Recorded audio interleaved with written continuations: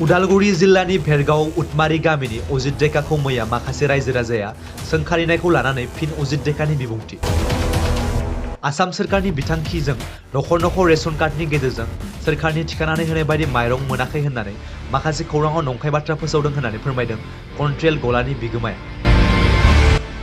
माजुखुसि माहारियारि आदार रैखाथिनि राननानै होग्रा कन्ट्रेल गलादार बिथांनि सिङाव 300निबो बारा सुबुंफोरनो दान मोनफ्रोमावबो सासेयाव 10 केजियै सरकारा राननानै हरनाय माइरंखौ रायजोफोरनो हराखै होननानै ओनसोलनि माइरं मोननाय सुबुंफोरा अजित डेकानि लांगोनायाव खुद्रिसार हैदों।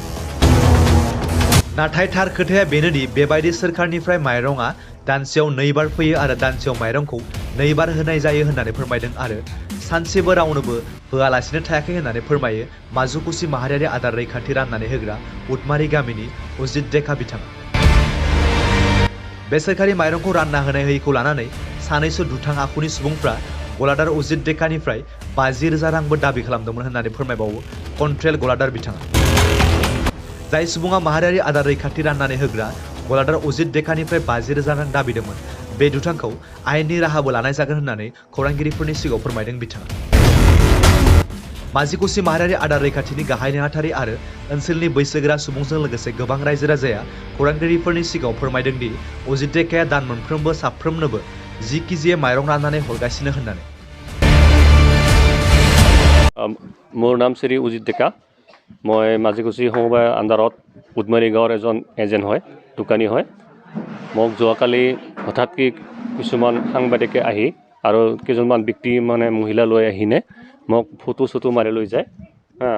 কিছুমান বিভিন্ন অজুহাত দেখাইনে মোক তাৰমানে চাউল নিদিয়া বুলি কিছুমান কথা কৈনে তেওঁলোকে বিভিন্ন ধৰণৰ কথা মোক তেওঁলোকে সুধিছিল। মই কথাখিনি কৈছিলোঁ, কিন্তু তেওঁলোকে আজি নিউজত দিলে কি মই কোৱা কথাখিনি তেওঁলোকে আজি নিউজ কৰা নাই আৰু যিকেইজন পাব্লিক লগত লৈ আহিছে তেওঁলোকৰ নিউজটোহে তেওঁলোকে আজি দিছে। তাৰপিছতে মই মোটামুটি 4টা বজাত তেওঁলোকে আহিছিল মোৰ তাত।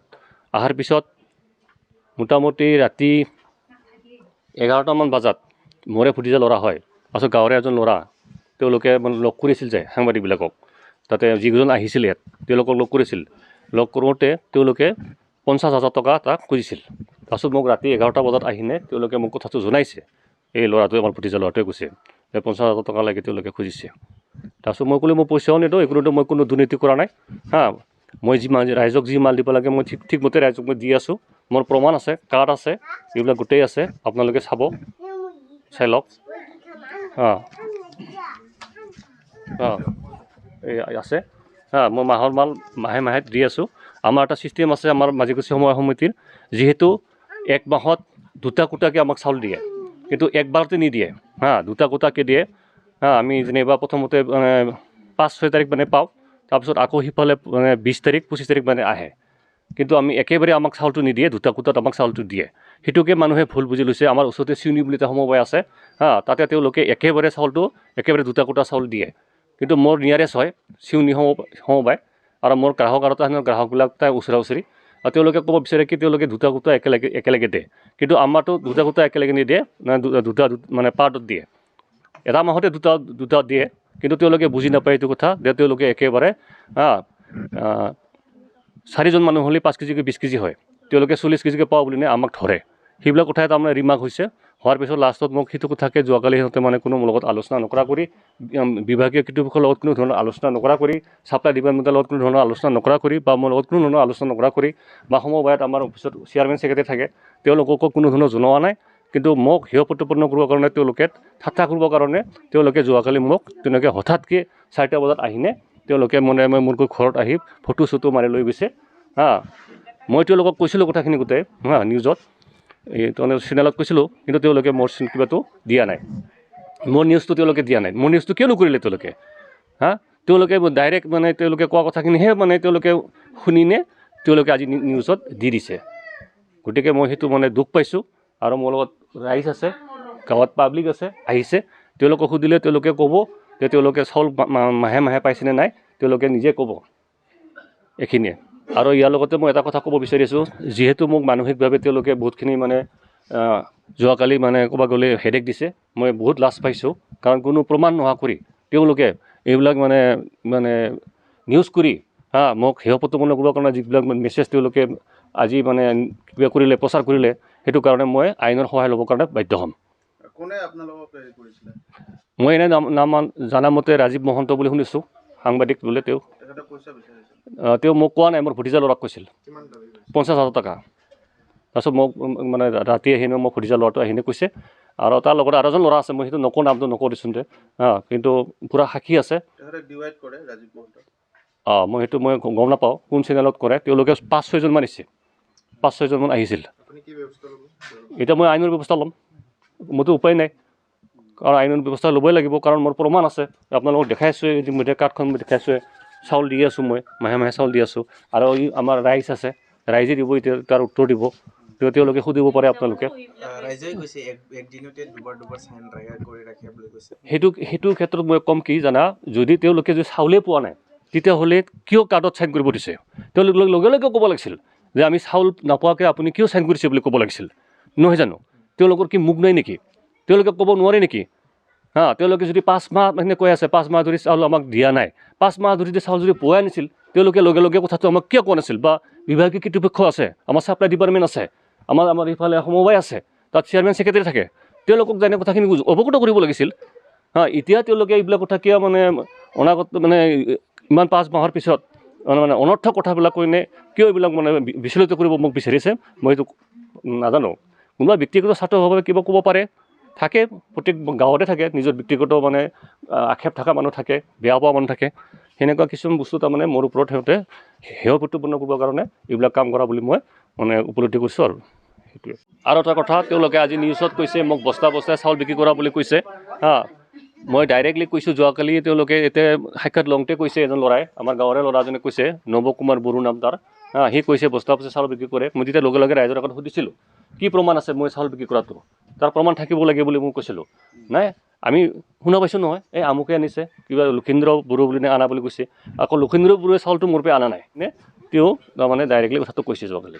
কিন্তু আচলতে মই বস্তা বস্তা চাউল বিক্ৰী কৰা নাই। কোনোবাই যদি মানে কিবা যদি সাক্ষী পত্ৰ দিব পাৰে, তেওঁলোকৰ পৰা লওক, প্ৰমাণ দিয়ক। এনে প্ৰমাণ নোহোৱাকৈ সেনেকুৱা কৰি কাম কৰিলে মই ভাল পোৱা নাই। প্ৰমাণ লাগিব, তাৰ আইনী ব্যৱস্থাটো মই ল'ম। এইটো মই এনে মুখত ক'লেতো নহ'ব না, মোৰ তাৰ মান সন্মানৰ কথা আছে।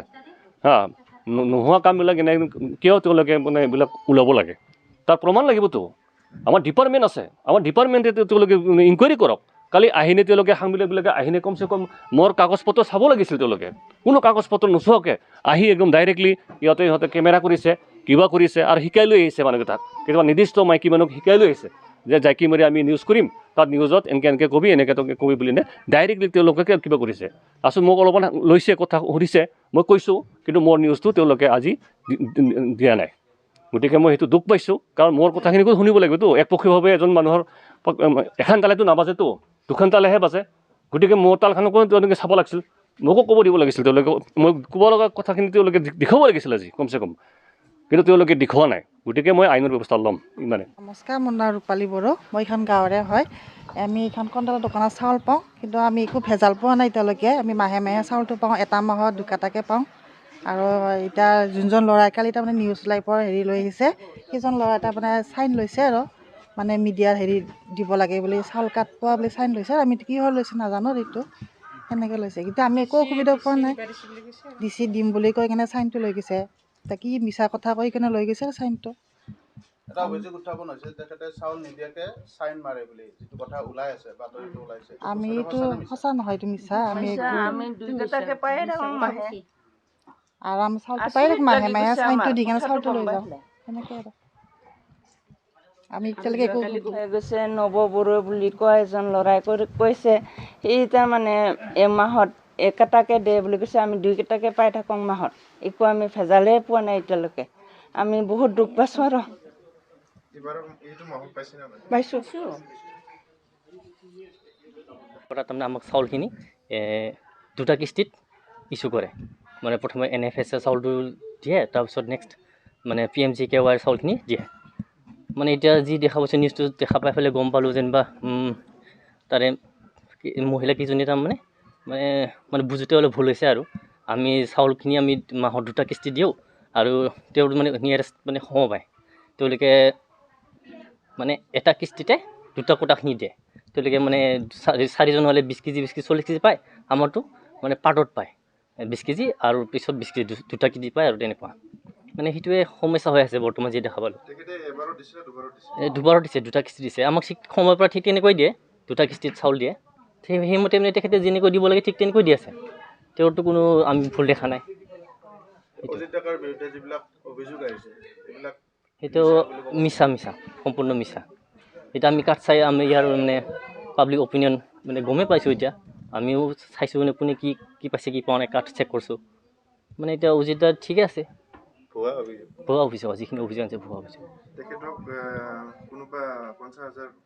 হয় শুনা পাইছোঁ এতিয়া আজি গম পালোঁ কথাটো আমি মানে আইনী ব্যৱস্থা ল'ব লাগিব আৰু তেনেকৈ মানে মেণ্টেলি প্ৰেছাৰ দিছে মানে হেৰাছমেণ্ট দিছে সেইটোতো এতিয়া বৰ্তমান অজিতাক দিলে পিছে আৰু কোনোবা বেলেগ টকনিক দিব পাৰে ঠিক তেনেকুৱা সেইটো ভাল হোৱা নাই আৰু মানে মই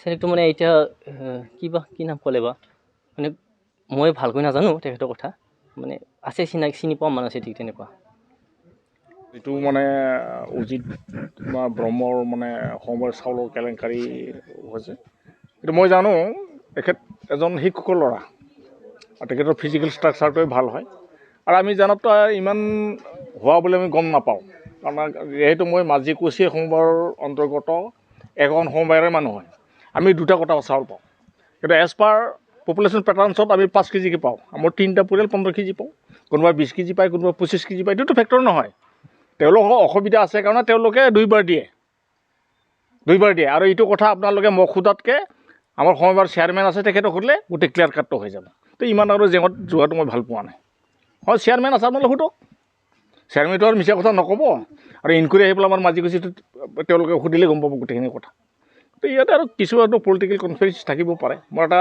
সন্দেহ দেই এইটো ৰাজনৈতিক ষড়যন্ত্ৰ হ'ব পাৰে তো অজিত ব্ৰহ্মটো তেনেকৈ মানুহ মই 100% ক'ব পাৰোঁ তেখেতে এজন শিক্ষকৰ ল'ৰা হয় তো শিক্ষকৰ ল'ৰা হৈ পেলাই তেখেতৰ চৰিত্ৰটো আমি গোটেই গম পাওঁ সৰুৰ পৰাই তো মই ক'বলগীয়া এইখিনি যিবিলাক অভিযোগ আহিছে সেইবিলাক তো অভিযোগটোতো এটা কোনোবা সময় আপোনাৰ 40 কেজি একেলগে দিছে এতিয়া পপুলেশ্যন পেটাৰ্ণছতো তেওঁলোকে 40 কেজি পায় নে নাপায় এইটোৰ সন্দেহ আছে তো মই ক'লোঁ দেখোন 15 কেজি পাওঁ কোনোবা হয়তো 20 কেজি পায় কোনোবা 35 কেজি পায় এইটো পপুলেশ্যন পেটাৰ্ণছতে হৈ আছে ন ডিষ্ট্ৰিবিউশ্যনটো গতিকে এখেতসকলৰ অসুবিধাৰ কাৰণে তেওঁলোকে দুইবাৰ দিছে তো একেইটো পাইছে চাউলটো কাৰণ চেনি সমবায় 40 কেজি দিছে এতিয়া 40 কেজি হয়তো পায় যিহেতু পপুলেশ্যন পেটাৰ্ণছত চাউলটো ডিষ্ট্ৰিবিউশ্যন হৈ আছে এতিয়া 2 নম্বৰ 3 নম্বৰ কৰা বুলিতো আমি আৰু বিশ্বাস নকৰোঁ তো আপোনালোকে গৈ পেলাই সোধক সমবায়ৰ চেয়াৰমেন আছে তাতকৈ আৰু কি আছে সোমাব পাৰে ডাঙৰ কথা নহয় আজিৰ তাৰিখত একো ডাঙৰ কথা নহয় ৰাজনৈতিক ষড়যন্ত্ৰ নাথিং ইজ ইম্পচিবল